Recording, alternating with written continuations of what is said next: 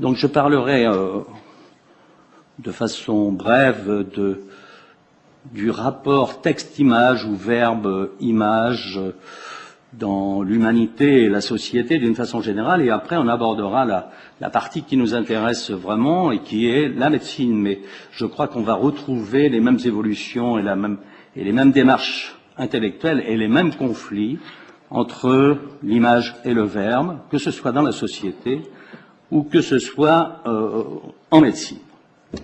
Donc ces images, elles jouent quel rôle dans la société? Eh bien, elles jouent un rôle historique. Elles constituent une espèce d'arrimage à l'histoire d'une façon générale, ces images. Elles viennent fixer un temps momentané dans l'évolution de toute cette humanité. Et puis, il y a incontestablement, elles ont été utilisées pour jouer un rôle pédagogique. Et on va arriver, vous connaissez l'histoire, à une double sacralisation de l'image, autant si on regarde l'histoire. Alors, voilà quelques exemples, hein, vous connaissez tous ces images, bien sûr, qui sont là pour représenter, pour donner au tout venant, au commun des mortels, une idée de la représentation actualisée du monde, actualisée pour l'époque. Et puis, dans cette évolution historique que je parcours à la hussarde, si je peux me permettre, très rapidement, apparaît le XIVe, XVe et XVIe siècle, et puis 4 révolutions absolument essentielles concernant le rapport des images au texte et concernant la sacralisation des images. Et les images à la suite de la découverte, de la mise au point de l'imprimerie, je vous laisse mettre les dates, hein, si vous voulez, la découverte du Nouveau Monde, la révolution copernicienne, la réforme, tout ceci va contribuer à désacraliser complètement l'image. Et puis on en arrive à la période actuelle, et je pense qu'il y a une deuxième sacralisation. Il y a eu la sacralisation du Moyen-Âge, et puis maintenant une autre deuxième sacralisation de l'image sociale, cette fois-ci de l'image païenne, hein. Et c'est le triomphe de l'image maintenant. On regarde les BD, tous les textes sont mis en BD. Céline est mis en BD, par exemple. Et alors maintenant, on en vient à ce qui nous intéresse, ce pourquoi on m'a demandé de parler, qui concerne la médecine. C'est quoi la médecine? Alors, on disait au tout début, c'est probablement pas une science. Hippocrate disait que c'est un art qui associe 3 acteurs. Le malade, la maladie et le médecin. Donc la médecine, c'est d'abord du verbe, du texte, et c'est le rapport à l'autre. Et puis à ceci, on ajoute de la technique. La médecine, ça d'abord a été créé par Hippocrate, hein, qui a séparé ça de la philosophie. Et puis à la suite d'Hippocrate, et puis à la suite de l'école d'Alexandrie, est apparu un terroriste, là, qui s'appelle Galien. Et puis il est aidé dans son entreprise de terrorisme, il est aidé par l'Église. Alors dans cette médecine, il y a donc d'abord des images qui sont des images pédagogiques, à visée pédagogique. Il y a même une imagerie thérapeutique, hein, c'est la litanie septiforme, autour, dans les épidémies de peste, on promène des images pieuses pour combattre la peste, et ça marche, disent-ils. Alors ces images, elles sont pédagogiques, et ici vous avez les images qui datent du IIe siècle, je crois. Et puis il y a la médecine arabe, et là on commence à s'approcher de la représentation de la fonction. À partir du XIVe siècle apparaît une médecine qui devient un peu plus expérimentale et qui s'appuie un peu plus sur les données anatomiques authentiques. Et là, il faut citer l'école de Montpellier, qui est en concurrence avec celle de Paris, mais qui est moins inféodée, semble-t-il, à l'Église, et qui pratique la dissection. L'anatomie commence à apparaître, mais on reste quand même extrêmement approximatif. Et dans le même temps, alors, on produit des images pédagogiques qui sont très très belles, et vous avez reconnu ici les cires de la Spécola de Florence, Et vous voyez sur la gauche, cette jeune personne avec un collier, puis on enlève le couvercle, et puis on va détailler toute l'anatomie comme ça. C'est absolument superbe, c'est en plus très esthétique ce musée de cire. Puis à la fin, on referme le couvercle, vous voyez, on remet le collier.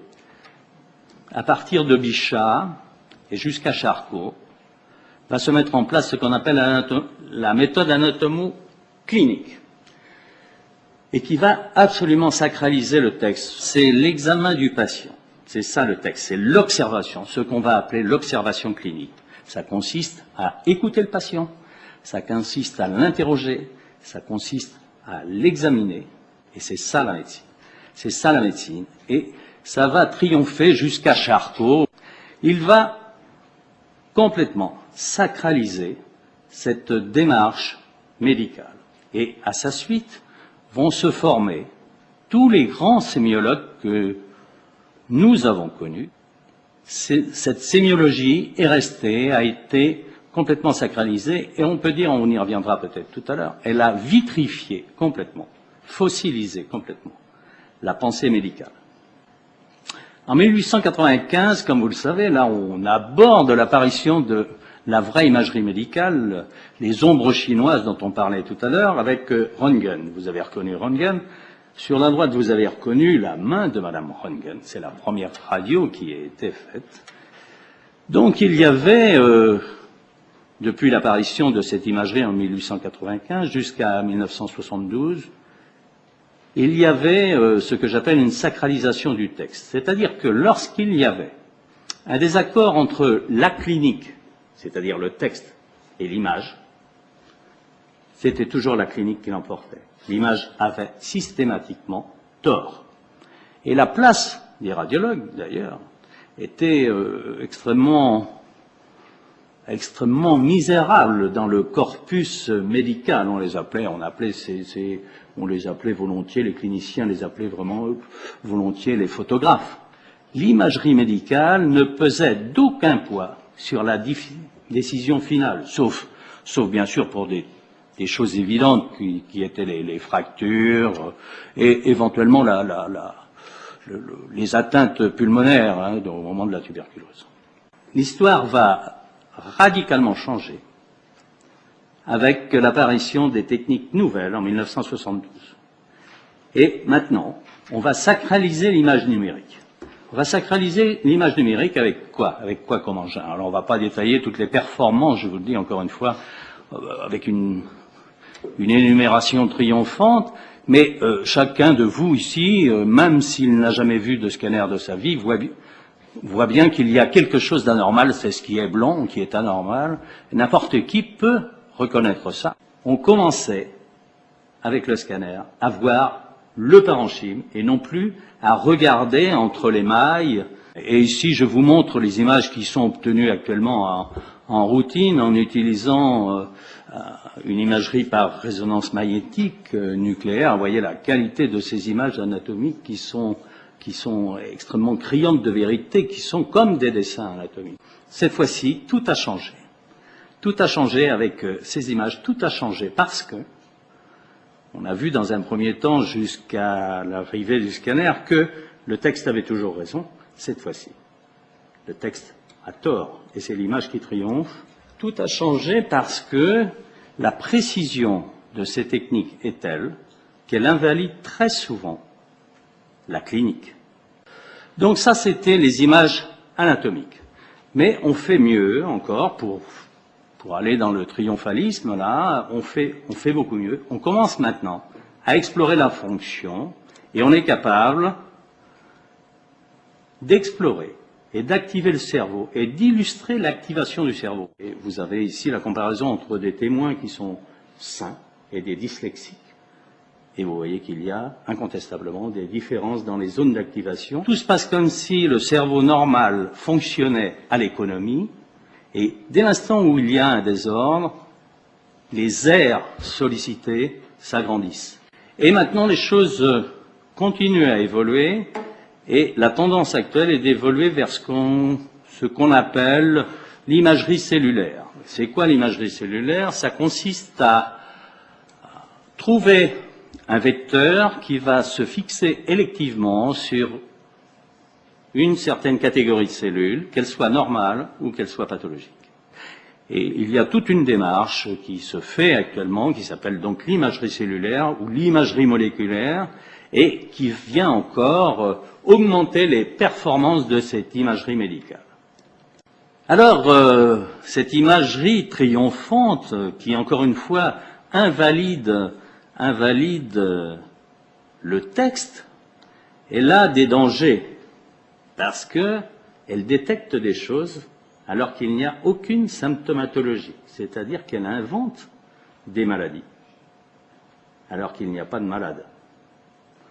Et puis elle peut être utilisée comme preuve médicale d'abord. Vous vous plaignez de ça, mais vos images sont normales. Et vous voyez la conclusion qui s'impose. Donc vous n'avez rien. Elles peuvent être utilisées comme des preuves juridiques. L'image a montré qu'il y avait quelque chose, ou au contraire, les images ont montré qu'il n'y avait rien. On fait des images et on ne tardera pas à faire de l'imagerie fonctionnelle pour dire celui-là. Non, il n'est pas fou. Il n'est pas fou, puisqu'il a un cerveau qui fonctionne normalement. Donc il y a là un danger potentiel fantastique. Et puis il y a ce que j'appelle le triomphalisme imbécile.